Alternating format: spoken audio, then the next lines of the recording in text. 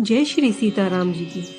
भरत जी को देखकर गांव की स्त्रियां एक दूसरे से कहती हैं, हे सखी, यही राम लक्ष्मण है या नहीं? वही अवस्था है, शरीर रंग रूप सब कुछ वैसा ही है। एक साशील स्नेह और चाल भी एक जैसी ही है। परंतु हे सखी, इनका वह वेश नहीं है। सीता जी भी साथ नहीं है। इनके आगे चतुरंगी सेना चली जा रही है। इनके मुख भी प्रसन्न नहीं है। मन में खेद है। हे सखी, इस भेद से संदेह होता है। उसका यह तर्क सब स्त्रियों को भाया और कहने लगी, तुम्हारे बराबर सियानी कोई नहीं है। उसकी बड़ाई कर और उसकी सच्ची वाणी का आदर कर। दूसरी स्त्री ने मधुर वाणी से कहा। उसने स्नेह सहित जिस प्रकार रामचंद्र जी के राज तिलक में विधन हुआ, उस कथा का प्रसंग सबको सुनाया। सब भरत जी के शील, स्वभाव और वैराग्य की सराहना करने लगी।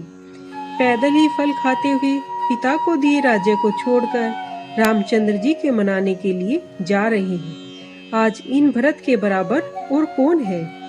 भाईपन, भक्ति और भरत जी का आचरण कहने सुनने से दुख दोष दूर हो जाते हैं। हे सखी, जो कुछ कहा जाए वही थोड़ा है। रामचंद्र जी के भाई हैं, भला ऐसे क्यों न हो? शत्रुघ्न सहित भरत जी को देखने से हम सब स्त्रियों की गिनती भी धन्य में हो गई है। भरत जी के गुणों का सुनकर, उनकी दशा देखकर हम सब पछताने लगी कि कैकेयी माता के योग्य यह पुत्र नहीं है। कोई कहने लगी, इसमें रानी का कुछ अपराध नहीं है। यह सब विधाता ने किया है, जो हमसे प्रसन्न है। कहाँ हम सब लोक और वेद रीति से अनजान, छोटी, कुल और करनी से मलिन स्त्रियां, जो बुरे देश और बुरे गांव में कुठोर रहती हैं। और ये दर्शन जो हमारे पुण्यों का फल है। ऐसा आनंद व आश्चर्य गांव-गांव में हो रहा है, मानो रेतीली भूमि में कल्प वृक्ष जमा हो गए हों। भरत जी के दर्शन करने से मारक वासियों के भाग्य खुल गए, मानो सिंहल द्वीप के रहने वालों को भाग्यवश प्रयागराज सुलभ हो गया हो। अपने गुणों सहित रामचंद्र जी के गुणों की कथा सुनते हुए भरत जी रघुनाथ जी का स्मरण करते हुए जा रहे हैं। तीर्थ, मुनि आश्रम, देव मंदिरों को देखकर स्नान और प्रणाम करते हैं। मन ही मन यह वरदान मांगते हैं कि रामचंद्र जी के चरणाविंदों में सदा मेरा स्नेह रहे।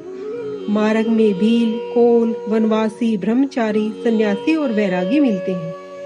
उन्हें प्रणाम कर जिस तिस से पूछते हैं कि रामचंद्र जी और सीता जी किस वन में हैं, वे प्रभु के सब समाचार कह देते हैं और भरत जी के दर्शन कर अपने जन्म लेने का फल पाते हैं। जो लोग कहते हैं कि हमने उन्हें सकुशल देखा है, वे भरत को राम लक्ष्मण के समान प्यारे लगते हैं। इस भांति से सबसे मीठी वाणी से पूछते और राम वनवास की कथा सुनते आगे बढ़ रहे हैं। उस दिन वहां वास करके सवेरे ही रघुनाथ जी का स्मरण करके चले।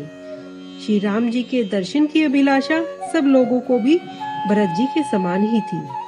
सबको शुभ शकुन होने लगे।